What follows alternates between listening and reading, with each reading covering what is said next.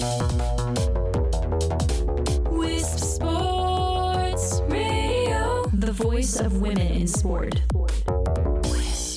Welcome to episode 17 of the Siri Bek Show on Wisp Sports Radio.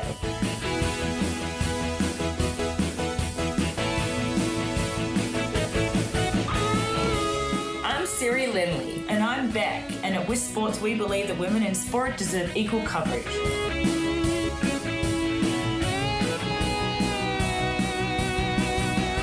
The Siri and Bek Show is where we share our life experiences because sport is a vehicle through which we have found our true selves, and we hope to inspire you to do the same. The Siri and Bek Show is presented by Rest Performers, introducing the world's only smart bed designed for athletes. Siri and I personally recommend this bed as training and recovery tool for all of our athletes. With 5 separate body zones that provide targeted pressure relief as well as innovative technology that automatically adjusts to your personalized comforts, the Rest Smart Bed revolutionizes the way you sleep and recover like no other mattress. Learn more at restperformance.com. So today, Beck, we're going to talk about planning your upcoming season. We've discussed the off season, and now it's time. How do you plan your season? What things come into play when you, especially for age groupers, you guys have to sign up for races well ahead of time. And for professional athletes as well, you kind of need to set out your race plan so that you know how to organize your training so that you are 1,000,000% ready to race and at your best when race day arrives. And we haven't gone into that much detail either about what sort of training you want to focus on in the off season. I know last time we talked about mentors and the importance of having an incredible support team. It's so important. But now everybody sort of starts to wonder, like, how much should I be doing? What should I be doing? And then they start to want to plan. And all of my age group guys, like, they want to plan so far ahead, and they have to, because they have to book flights, they have to book, pay for entry fees, and we're very luxurious being a pro because we don't have to worry about any of that. So I always tell my guys to try, and it depends really on what they want to focus on. If they're athletes that are really just out there to have fun, and most of my guys are actually out there to do their absolute best, and a lot of them want to qualify for Kona. So it does just depend on what perspective they have for their season. Absolutely. And for me, with my pro athletes, most of them will have, their major goal for the season, which for a lot of them is the Ironman World Championships in Kona. For that, we will look at past experiences at Kona and say, okay, this year, 2018, what were your strengths? What were your weaknesses? We're going to need to get you qualified, but let's think about doing races that are similar to Kona. I mean, nothing is like Kona, but as similar as you can get. Hot, humid, windy conditions. We'll try and choose a couple races where they're going to be faced with those same environmental experiences. Yeah, so I have 2 ways I approach it with my guys, and your guys, obviously, they're not going to go and pick a destination race unless it's sort of something where they need to just get points or get their points up, or they're doing it as a hit out, but usually not. So my guys, 2 things. One, they'll focus on a destination race if they're really just, it's their first one, or they don't want the pressure and they just want to enjoy it and take the family. I think it's really important, especially for my age group guys, that their family gives up so much and that they need to sometimes bring it back to that and say, okay, well, this race in, say, I'm trying to think of one I don't want to really mention it, but say somewhere that there is nothing to do for the family, it's in the middle of nowhere, there's no sightseeing, it's like, okay, you got to think your family's going to be there for 10 to 15 hours watching you. So I always say, like, try and think of a destination that they'll enjoy as well. If they're obviously wanting to qualify for Kona, that's when we look at a different perspective of what race suits you, what are your strengths, what aren't your strengths, are you good in the heat, are you good at hills, and what plays to your strengths. So there's sort of 2 ways I attack it with my athletes. And I love that, Beck, and you're so right, because what would we do without our supporters, our families, or if your coach is coming along, but most importantly, your families. If they're coming along, you want them to enjoy the trip as much as possible so that they'll want to go again with you. So go somewhere that everyone gets excited about, and that will make it an amazing experience for everyone. And another thing, if you are a serious age grouper or a professional athlete, I like to think that throughout this season, you want to find a couple races, some that suit your strengths and others that truly challenge you, because we're all looking to grow and make progress and become stronger and to make our weaknesses our strengths. So it's important to also pick races that are really going to get you out of your comfort zone and give you some inspiration and motivation to work on your weaknesses so that you can basically race anywhere, any type of course at any time. So what about the timing though, Beck? Well, I want to just go back a bit just because my guys too, for example, I'll have an athlete that will say, I want to qualify for Kona this year, and they've never raced at altitude. They're not used to altitude. They're coming from sea level, and they want to come to Boulder and race in the heat, which it can get to about 100, usually average of 90 to 100. And at altitude, and I say, I don't know if that's the right choice for you. So you have to be really careful, and they have to some athletes are really good at altitude, for example, but sometimes it's hard because you have to have a balance between what they want to achieve and, if it's just going to be a destination or a fun race. So that's where I think somewhere like Boulder would be an amazing race for a lot of athletes. But if you're not good at altitude and you're not great at the heat and your goal is to qualify in that race, then you need to maybe pick something closer to home. So I think that's important too. But I wanted to quickly mention my two favorite races. I don't know why I thought of this, but I was like, I want to mention it. My favorite, probably in the US, well, it's not US, it's Canada, but it would be Mont Tremblant. It's just my absolute favorite North American race. Is that still North America? Yeah, absolutely. I love that race too. And that's a destination race. It's on this beautiful lake. I can't remember the name. Sorry. Siri probably can't either.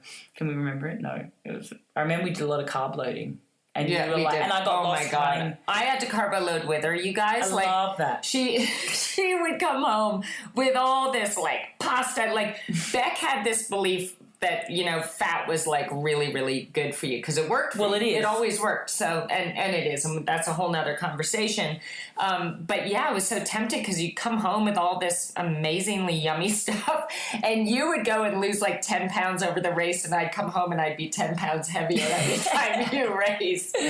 Yeah. So that one, that's great memories. And it's not because I didn't actually win that. I got a second, but my other ones would be, and it's funny because they're not races that I won. You'd think that races that I won were my favorites, but for destination would be Challenge Roth.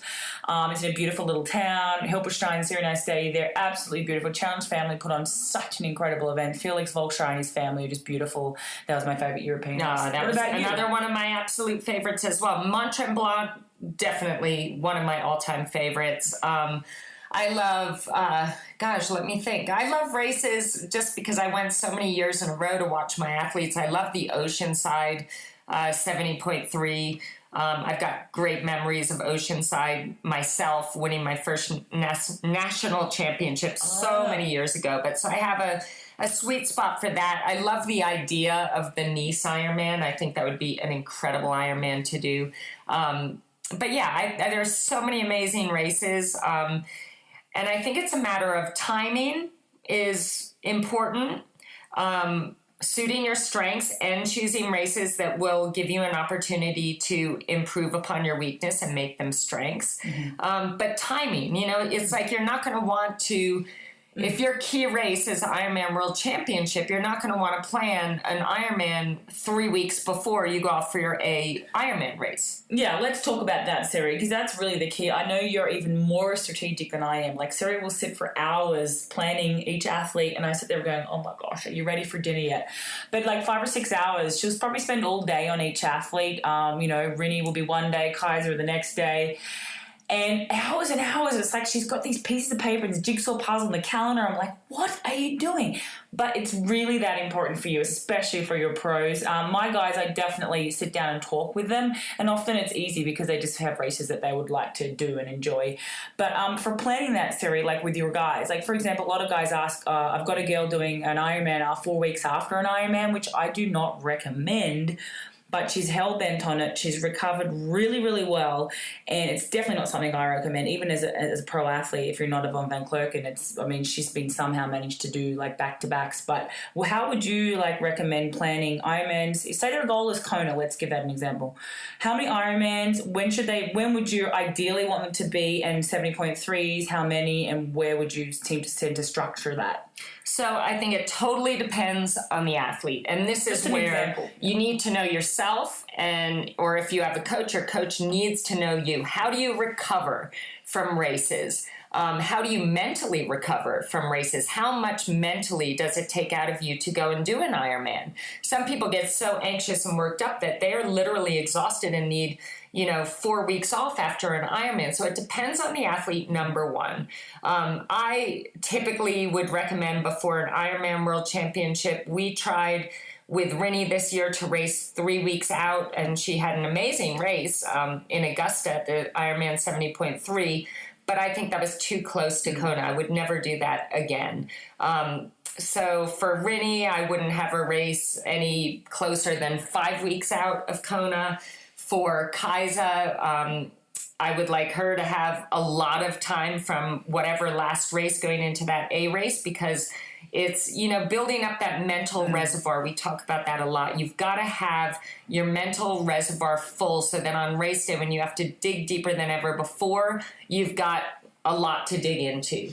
But someone like Yvonne Van Vlerken, like racing makes her happy. Per Bittner or Per Van Vlerken, her husband, racing makes them happy. And if I had them not race for 5 weeks, they would just be miserable and wouldn't race well in their A race. So for them, I would have them do shorter races, but maybe 3 weeks out from an Ironman. So you need to think about, here are the things to think about.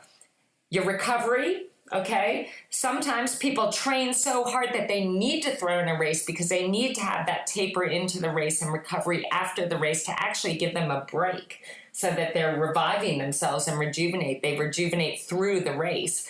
Others, I think, are just really good in building up the confidence from a good training block. So total individual thing. Know your athlete, know yourself, pay attention to how you recover, how much mental energy you exert going into races, minimize your travel, and take good care of your mind and your body and your spirit. Yeah, so with my guys, for example, I like to say, for age groupers, for me, depending on their recovery also, it's very individual, as you said, but I like to say, for myself personally, I only used to like to do between 2 to 4 maximum Ironmans per year. I think it's just so, if you want longevity in the sport, it takes so much out of your body. It really does. So I try to get them to do maybe 2 in their first couple of years, and if they're younger, if they're under sort of 30, we try to do just a couple in the first year for sure, and never more than 4, because you got to remember, your body, your heart is a muscle too, and it takes time to recover, as well as your legs, as well as the mental fatigue. And 70.3s, you could probably do one of those a month if you wanted to. I wouldn't recommend it, but you can do, I used to do up to sort of 6 to 8 of those. So, and planning is really important. I think having, like Siri said, like a 4-week, 5-week hit out, try and get my guys to do 4-week hit outs before a major race. Like if they can't find a 70.3 before a major Ironman, we'll do like a key pre-race race simulation about 4 weeks out. But not the full distance. No. You can never, that's the thing, you can never train the full Ironman in training. A lot of guys say to me, well, I haven't ridden over 6.5 hours. I said, that's because it's going to take you 2 months to recover from a 6-7 hour ride. So, and it depends what fitness level they're at with that as well. Yeah, so all great advice, Beck. And definitely, plan your season for as little stress as possible. Make sure you can afford the races that you've chosen, that you can afford those trips and it's not going to cause you too much financial stress. But take good care of your body. For me, 1 Ironman a year would be, that would be ideal for me and for my athletes. Most of them have to race at least 2. 1 would be ideal because I feel with every Ironman, you're kind of lessening the edge on your speed. So I like to maintain their speediness through shorter races. But if you can't do that, minimize the number of Ironmans and know that the training, all that hard work, that's what takes you to all new levels of strength and fitness and pain threshold and confidence in yourself. So the training's super important, and race day should just be a celebration of all the hard work you've done. Yeah, I totally agree. I think Ironman racing absolutely takes that edge off. I know that for me, after doing like 6 in 1 year, basically my career for Ironman was over. I didn't really have a good race after that. And that was probably not good communication with my old coach. It wasn't Siri, it was Brett Sutton. But I think my body had just had enough. And you can see there's a new wave coming through right now. You look at Kona, like Daniela Reef isn't that old. I think she's like 34. And, you know, the girls like the Liz Blatchfords, the people my age, I mean, Rinny's still kind of young. She's 37, I think. But the young girls are coming up. Like they're 20, 25, 30-year-olds. They're coming through and they don't have those Ironmans in their legs like a Von Van Klerken and Kaiser and Rinny that has those huge amount of miles and so many Ironmans in their leg. Eventually it just starts to sort of edge away at you and take that speed and that top end off you. Yeah, so be mindful and train for speed. Get your speed back that way. Get your feel for speed back that way, and it's only going to help your Ironman performance. All sports, one voice, we coach. Tune in to the Voice of Women Coaches on the We Coach podcast. This is Wisp Sports.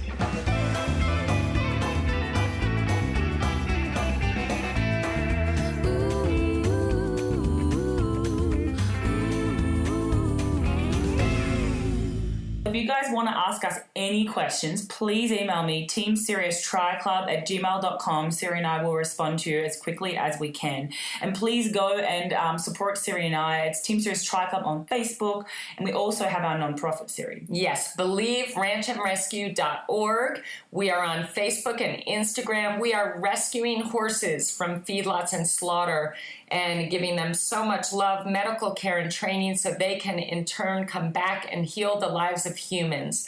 Also being great teachers of leadership and self-awareness. Please support us at believeranchandrescue.org. Conversations from the world of women's sports. This is Wisp Sports Radio. Follow Wisp Sports on all social media channels. For more conversations from the world of women's sport, visit wispsports.com. And remember, you can listen to loads of podcasts about women in sport by subscribing to Wisp Sports Radio on your favorite podcast app.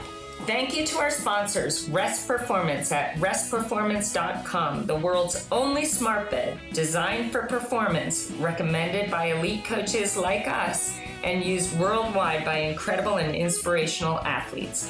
Thank you for listening and supporting women in sport everywhere. Dream big and always be brave. Thanks, guys.